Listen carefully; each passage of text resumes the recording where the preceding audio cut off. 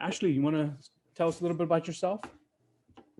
Hello, everyone. Thank you for coming by our workshop. My name is Ashley A. Woods, and I am a comic book artist and illustrator.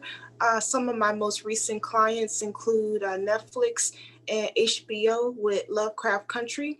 And so right now I'm working with Ron on our graphic novel called Jupiter's Invincible. And so what's on the screen right now is some of my work. These are two cover images from Niobe Shia's life, which is one of my most prominent books. So Ashley and I are going to go through this the process of how we developed and create a comic book, and the goal is at the very end, you'll be able to at least create a one-page comic, and we also encourage everyone to at least have a few pieces of paper. 8.5 by 11 is fine, and some pencils or pens. If you have Sharpies, that's great. If you have pastels or crayons or other colors, that's also great. These are all perfect tools. If you want to work on your computer, that's also perfect because pretty much that's what Ashley and most comic book illustrators do is use either their computer or iPads nowadays. So a few of the comics that everyone knows, and these are the different styles I'm going to go through. Obviously, the most popular one that everyone has probably read are comic strips, and these are also called sequential art. What sequential means is you go from point A to Z, telling a story through images and text. The idea is to limit the text and try to tell as much as you can through images. Another popular form is superhero comics. Miss Marvel on the right, or your my right at least, and then on the left is from the Black Panther, and that's actually Ashley's illustration right there. So that's another popular style, and you can not only have to you can make superheroes not just humans, but you can make them into animals and other unusual characters. There's a lot of things you can do with this genre. Another very popular style is manga, which is based out of Japan. The style originated in Japan, and these are usually more graphic novels, and they're almost like dramas, and they tell the whole story of a character, much more simple in their approach, although it's still complex, but much more about drama. Another popular style is called fumetti, which basically takes film stills, or if you want to use magazine photos, or even Snapchat photos, I'm sorry, Instagram photos, or whatever you want, you can make these comics and put voice bubbles. Obviously, the one you see here is from Star Trek, and that took a matter of scanning the images and putting them in Photoshop and adding the voice bubbles after that. But you can be very creative with this style. Um, Web comics has become super popular nowadays, and the difference between web comics and let's say a comic strip or comic books is basically it's a elongated comic going vertical, so you're reading from top all the way to the bottom, and it's scrollable, and it's designed that way, so how people read it will be based upon that. Webtoons is a very popular format for web comics, and of course people used to publish these on their blogs or on Instagram is also very popular for this too. So the most, I'm showing you this one is called stick figure comics. Now, the reason I'm showing you this is I want to emphasize that you actually don't have to be incredibly talented um, to draw. I mean, like I said, I don't draw, and this is probably the level of my skills is what you see right here, even though I didn't draw the stick figures. What you have here is also, interestingly, the three act structure that you see in storytelling, and also very common in comic books or graphic novels. So basically, what you have here is a figure. So in the first panel or in the first part of the book, you get introduced to the character, you learn a little bit about the personality, and then eventually it leads to the conflict. So the first panel, you meet the stick figure. He says, "Hey, everybody." Well, you already know that the stick character is kind of funny and whimsical.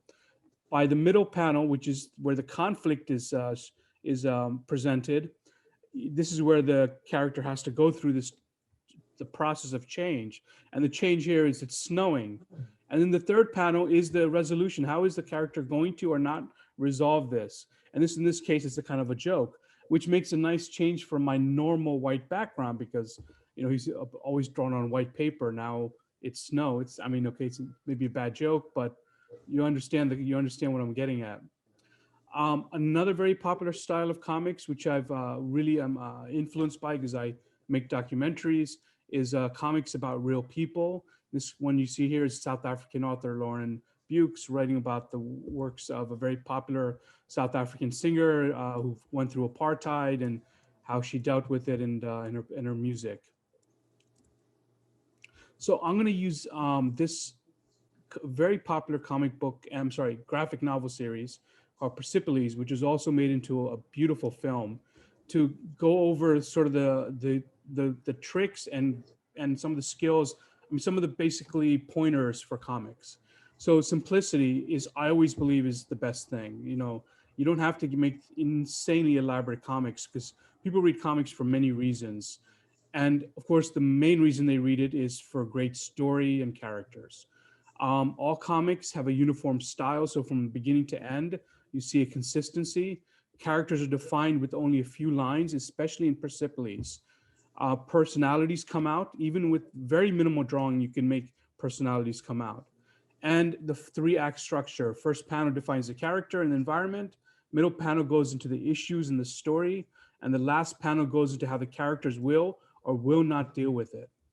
So I'm going to just show you one page from Persepolis to give you an idea. So here in the first part of it, you see Persepolis and her classmates.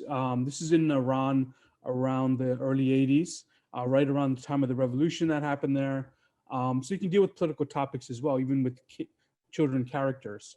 So here Persepolis is forced to wear a hijab with all of her other classmates, and you can clearly see that even though they all look alike, I mean, how they hold their hands are all the same, their faces, how they're covered up is the same, but each one has a unique personality, from a lightning bolt hairstyle to Persepolis style and so on. So each one has a personality and it's coming out. And then we learn about the conflict. The conflict is the revolution happened, and as a result, everyone is required to wear these veils in school, which they never had to before. So how do little girls, and especially Persepolis, deal with this conflict? Well, they do what little girls do. They took the hijab and basically made use it for jump ropes and other things like that. Basically, what little girls do when they're first encountered with this and don't understand the reasoning why. So within that three-act structure, you understand the character, the issues, and the story. So I'm gonna give this over to Ashley shortly. She's going to show you how she creates characters, and then after this, we're all going to sit down and create our own characters based on what Ashley's suggestions are. So character designs, the very first step in creating a character are your thumbnails, and that is the stage where you and the client, or the artist and the client, are trying to figure out the concept of the character and the final look based on personality and just individual quirks they may have. So I created 3 different layers. The first layer is my notes layer. So when approaching my character, let's say she's fun, her personality is fun, she's athletic, and she's dynamic. So with these 3 ideas in mind, when I build my form for my character, I draw a line of symmetry, and this helps me create a balanced figure. And I use a technique called the mannequin technique. Mannequin technique. And that's basically breaking down your form almost as if it's an action figure or a mannequin that you see in the store. So your head or your face will be a circle. The body and the torso will be a square or a rectangle. Sketch the pelvis area. And lastly, the joints and the limbs. So you can draw your arms and legs as cylinders. I like to draw a guiding line, almost like a stick figure, just so I can map out where the figure will bend. So we're drawing in her arms. Maybe she has her hands on her hips.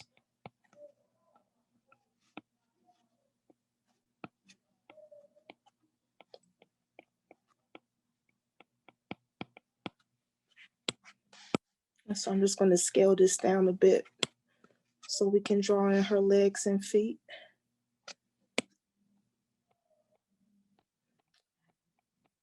And so after we have the basic form of the figure, we can go back and define the lines more by erasing the more sketched out lines. Okay, so we have her feet down here. All right. And also, when approaching your art, do not be afraid to use the eraser tool. A lot of times people feel like maybe they're holding themselves back by erasing, but making the eraser your best friend is actually one of the best tips you can follow as an artist. Okay, we're going to define her face a bit more.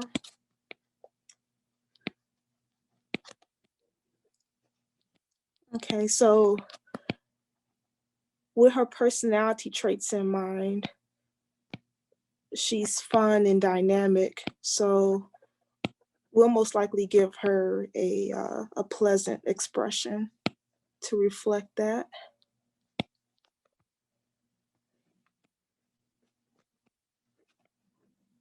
And so we'll also add hair and other features a bit later, drawing her ears.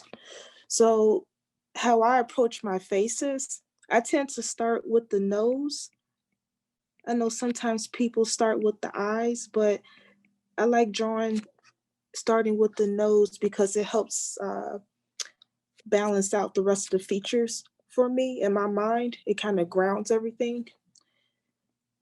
So now we'll draw her eyes. Maybe her eyes will be bright and alert. Just keeping her personality in mind. And sometimes when I'm just sketching out characters for fun, a story would just pop up in my head suddenly. I've created many stories in the past where I just, I was hit with a spark of inspiration. Maybe I seen a certain detail in the clothing or the design, and I just took it and ran with it and created a short story. A lot of times, a character's clothing, it gives hints as to the environment that they come from. So that's important to keep in mind, their backstory and where they come from, and how that's going to be reflected in their design. Let's give her a quick ponytail, just something nice and quick. Maybe a little side bang.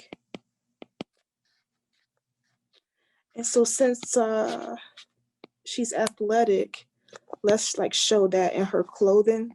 So maybe she can have like a tracksuit or a bodysuit of some kind.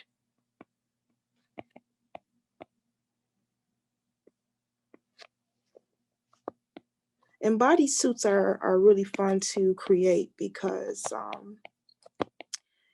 you can really experiment with a lot of geometric shapes that form along the figure. Also, when you're creating a character, it's important to keep in mind the silhouette of the character. And if you don't know what a silhouette is, it's basically if I was to color this whole figure black and you look at the shape or the shadow, how your shadow forms on the wall, the shape of your figure, essentially what your silhouette is. So a character with a strong design also has a strong silhouette. Okay, we'll just draw some quick boots. Um, let's touch upon colors and shading. Maybe she can have like a name tag too, to like show her rank or her station on the spacecraft she works on. And a lot of times when you're creating your characters, they're going to come out this rough, especially if you have deadlines that you're dealing with. You don't want to spend too much time in pre-production or design and pre-production is definitely important, but you also want to move forward on the actual project. So let's give her blue skin. Blue is pretty fun. She could be like a space alien. So why don't we do this while Ashley's continuing to talk and draw? Mhm. We'll start having everyone start working on their characters.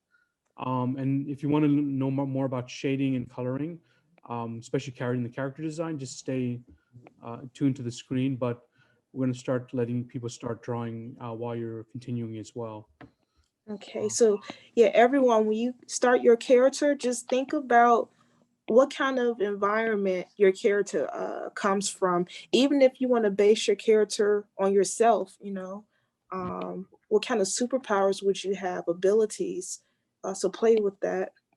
When you started, did you first start drawing yourself, like in front of a mirror and kind of using those techniques, or characters on TV? How did you start, Ashley? I started with Sailor Moon. So I used to watch Sailor Moon early in the morning before school in the early 90s. And then I became really involved with my Barbie dolls. So Right. I would create homemade comics based on my toys. And from there, I was inspired by video games. Mhm. So, So I'm going to go basically how to create a comic book script and how to think about story when creating your comic. Now, the workshops that I teach are basically everyone creates a one-page comic, whether it's in 6 panels or more or less, and it uses this basic philosophy. And there was a question about mental health in the chat, and this comic that this teenager made, her name is Jade. She's in the New York public high school system. Now she's in college, but when she did this, she was in high school. This dealt with basically the representation of women in media and how that affected her psychologically. As you can see, it is realistic in her style, semi-realistic. It's done with her own perception, of course. But when she was creating the comic, she had to basically map out the story in 6 panels, how to tell it in 6 panels, and she had to figure out where to put the text, the dialogue, and so forth. As you can see, there's a lot of pencil marks and eraser marks, but this is sort of the nucleus of the story. So this usually comic book scripts, and this varies a lot, but usually they're very similar to movie scripts. As you can see, I use a lot of terminology that you see in movies. So medium shot, captions. The first panel sets up the character, and the first panel is you are introduced to Jade, and then she feels uncomfortable as a teenager. She's sulking in her bedroom. That tells you a lot. Even her hairy arms tells a lot. Even so, you also in the script you have to put down things like caption. When I was young, I hated my olive skin, hairy body, and big nose. You have to put that in down because you have to think about spacing in the panel to put that text. So when you put it in the script, you understand how much text has to go there. Panel two, here it's point of view. She's looking at the magazines. Again, there's a voice bubble and a caption in this panel. So that's also defined in the script. And the middle panel goes into the story and the problems she's dealing with. In this case, how women are depicted in magazines. Medium shot is a beautifully drawn shot of her probably looking in the mirror, and you can see that she had to learn how to love herself, but her brown skin, my brown skin and my hairy arms. That the way she's holding her two fingers, even the little pimple on her nose. Those are all personality traits, defines a character. And this is what I love, just the way she's pinching her nose in a cross eyes. This again tells you a lot about her personality. Using a very close-up shot like that can tell you a lot about one person. Panel 5, now we're getting into how she's dealing with this problem or conflict that she was first introduced in the beginning of the comic, and how she's dealing with it or not dealing with it. In this case, how she's not dealing with it. The last panel shows the results or the conclusion of the problem, how Jade will or will not address it. So one beautiful story about a teenage girl, a lot about mental health, all done in 6 panels, and something I strongly kind of recommend everyone start off with. Um, Ashley, I'm gonna let you talk a little bit about thumbnails. I'm gonna go through these panels before I give the share screen over to you. One of the first things that I do is I create a lookbook. This story set in during the right before the Civil War on a plantation in near Baltimore. So it also involves Harriet Tubman and so forth. So I create a lookbook of characters that we want to have. So for example, Harriet Tubman, which everyone knows, and then there's another character that I'm working on called let me just zoom out a little, called Uncle Ned and Griot Mama and so forth. Now this book also involves location, so the plantation. I went to this plantation in near Baltimore, took a lot of photos, took different angles and things like that. Now these all help out the designer when they're actually starting to do it. So Ashley took all that as I remember. She created character sheets. I showed you images of Harriet Tubman, Griot Mama, and Uncle Ned. So she took those photos, those images that I found online, and she made a character sheet. Now that she does this before she actually starts designing the story and creating the thumbnails. But this is a very critical thing for her because it helps us all have a uniform style and it's something that we can all agree upon. So this is the cover of the new comic that we're working on called Jupiter Invincible. Oh, it's pretty. Sorry. Very nice. And then basically we started after Youssef wrote the script, we took the script and started creating thumbnails. So this is her thumbnails that she created based on the script.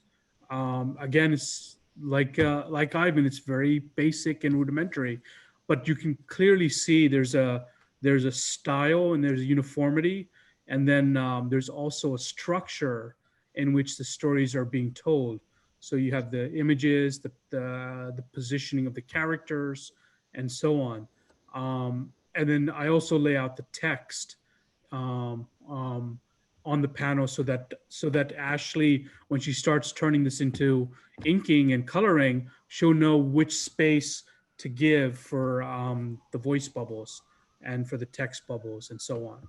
So this is sort of like the next stage in which we're going, and then after this, in about a week, she's going to start inking this and actually start making it into characters. And you know the kind of style she has right up here from the cover. That's the look she's going for the entire comic book. So the next stage is pencils. After you do the thumbnails, or I mean, nowadays pencils is kind of not so used because everyone does it on their computer. But the characters are then taken from the thumbnails and are usually much more defined. And then from there, can you talk a little bit about inking? What does that entail, and how do you then take the inks and convert them into colors? Like, what are some tips and strategies? And So also, how do you sort of define where the text and giving space for text and things like that? okay, so with inking, traditionally, I would just use a micron pen or something similar to that, and I'll ink directly over my pencils. That's for traditional art. A lot of old school comic book artists still draw their pages on physical art boards, which are 11 by 17, and then they'll scan them in and scale them down within whatever drawing program that they're using. The typical comic book format is roughly like 6 by 10, give or take. And so they scale it down to that format. If you were to ink digitally, I say that there's two main ways. And it all depends on how you're approaching the scene or the work. So the first way is how we built our characters just now. We will sketch out the drawing on a layer, and then we could lower the opacity of that layer or make the layer lighter, and then we'll create another layer, which is the inking layer, and I can show that to you right now in a second. But then we'll create a different layer on top of the sketch layer, and that's where we would ink with our whatever tool that we're using in that program. Um, How do you do shading in colors? Like, what are some techniques or tips you can give? so with your colors and shading, first you have to, well, you don't have to approach your colors. Actually, sometimes it's easier to approach your shading first. So, okay, so this is a pre-made panel set that I created last night with Rom. And so I actually took a few notes or made a few notes last night, story notes, like what could the plot be about? And like maybe I was thinking like maybe the character could have went to the store. Rom, is it all right if I change the story? Yeah, go for it. It's your story. Okay, yeah, let's change the story a bit. So, oh, okay, so we have a layer called notes here, and let's plot out like some type of bullet point fashion. What kind of story we're going to have? So at the start, let's see, 1, 2, 3, 4. So in the beginning, we have a sad character. So we're just going to put sad. And then the fourth panel, which is the resolution, we'll put happy or content. So the character is sad in the beginning. In the second panel, they search for a solution. Search for solution. And then the third panel, they find a solution, and the solution could be music. So solution equals music. Okay, so those are our notes, and we'll put these in parentheses as well. It's a little sloppy, but it's all good. So, okay, so our sketch layer, and we're going to sketch maybe a rough version of our character from earlier. So her name was Frost. So maybe Frost is sad. We'll draw a close-up of her. And so when you're creating your thumbnails, they don't have to be super defined, because right now you're just trying to capture the flow of the story. At this stage, in the thumbnail stage, we're creating a comic. There's bound to be a lot of changes and edits. Sometimes whole scenes and scripts are rearranged.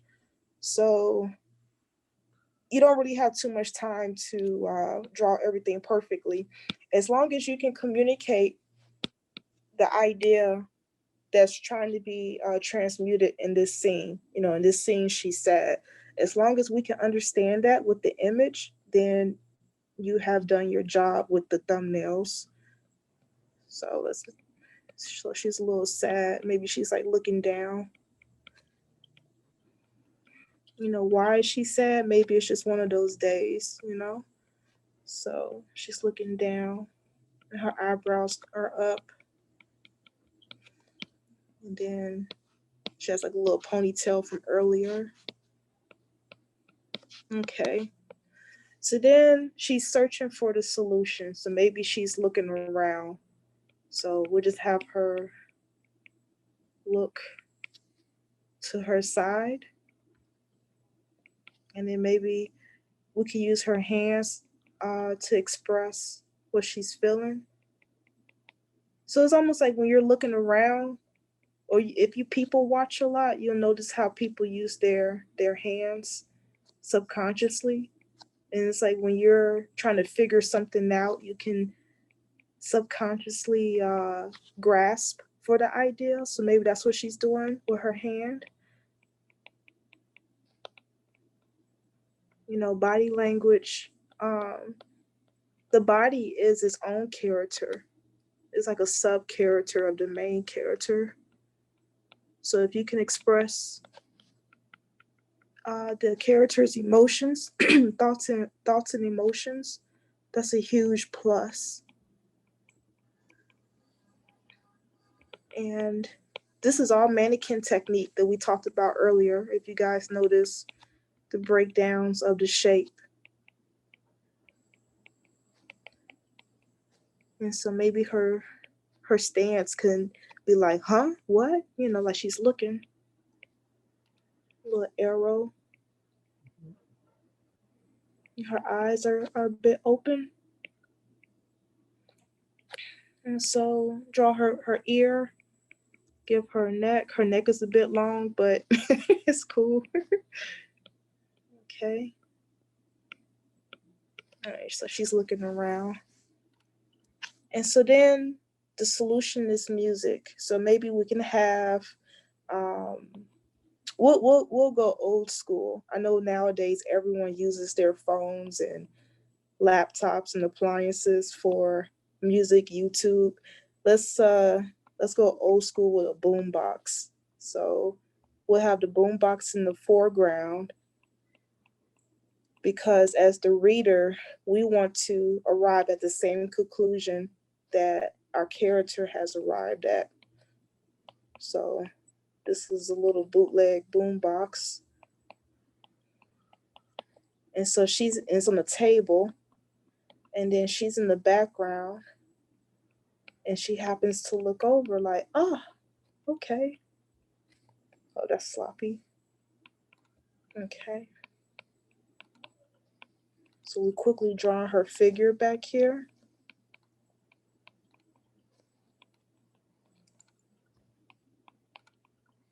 And then maybe we can put an exclamation point over her head, like Metal Gear Solid, if anybody plays that game. But she's like, oh, okay. Actually, for number 4, Mm-hmm. maybe you can answer this question while drawing it. Can you give some tips on showing someone falling? So maybe she's falling in like with happiness or something like that. I don't know. Like she's falling down, but she's super happy because she's in this kind of music zone. Yeah, definitely. So she discovers the music and she turns it on in the fourth panel, and so like she just fallen into the rabbit hole Of of, happiness. yes, of tunes. So we'll put her head at the bottom because we want the figure to go this way. And so also when you draw, whether it's digitally or traditionally, um, you know, just get real comfortable and familiar with flipping over your canvas. Because it's very difficult to draw something upside down from this angle, you know? I mean, it can be done, but it's not ideal. Um, so I'm going to rotate my canvas so I can draw more comfortably. And so she's fallen. So we can like try some perspective as well. Uh, Perspective is always fun. So I'm going to erase this line of symmetry just a little bit so it won't be too distracting for me. But this little cylinder here, or it's not a cylinder, but this little oval shape is actually the bottom of her torso. It might be a little low, so let's bring that up. Ooh, excuse me, y'all. Freehand. Let's bring this up a bit. And okay. So yes, this is the bottom of her torso. And then here is the bottom of her pelvis and the top of her thigh area.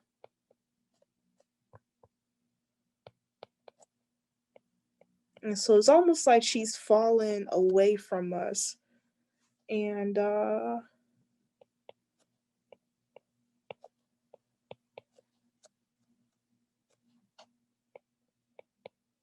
let's raise her shoulders a bit.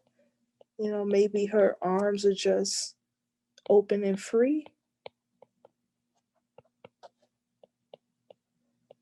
She's just like, wee! Her ponytail.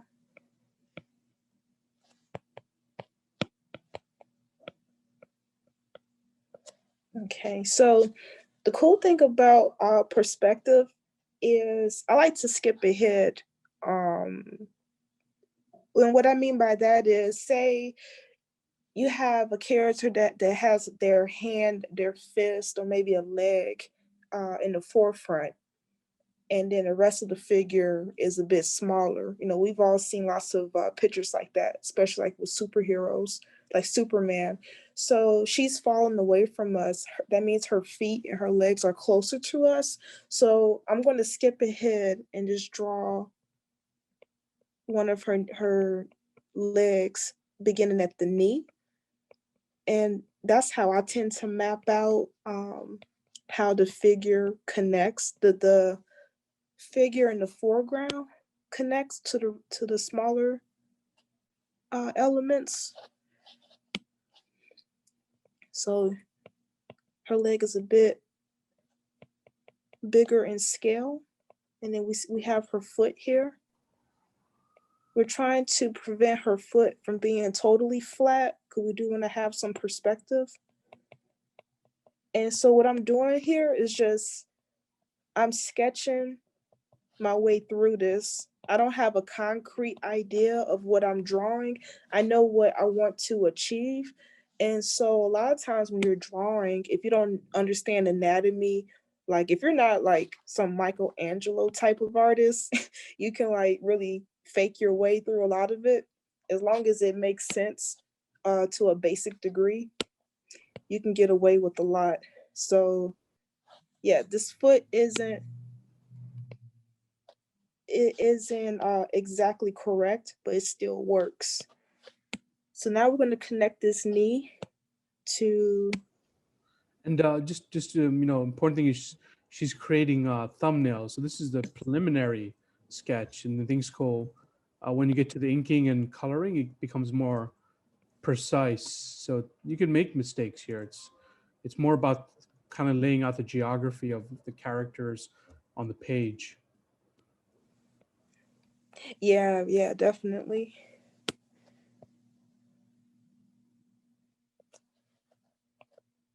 Maybe she's wearing boots. Okay, so I said we was going to draw some music notes. Okay, so yeah, she's fallen, and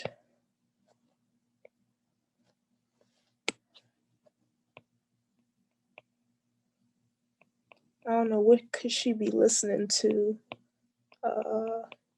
Maybe like some trance music, trance or techno. That's what I've been listening to a lot lately.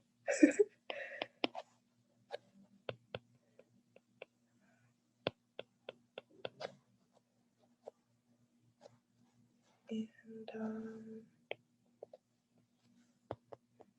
we could add some zoom lines to show motion.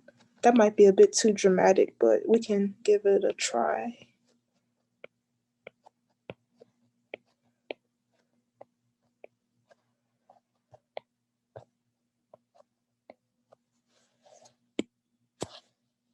And also, Blue is a very common color, so maybe we could.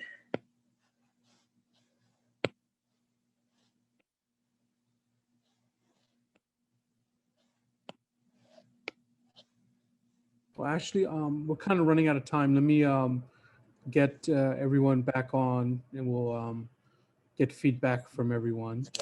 Okay.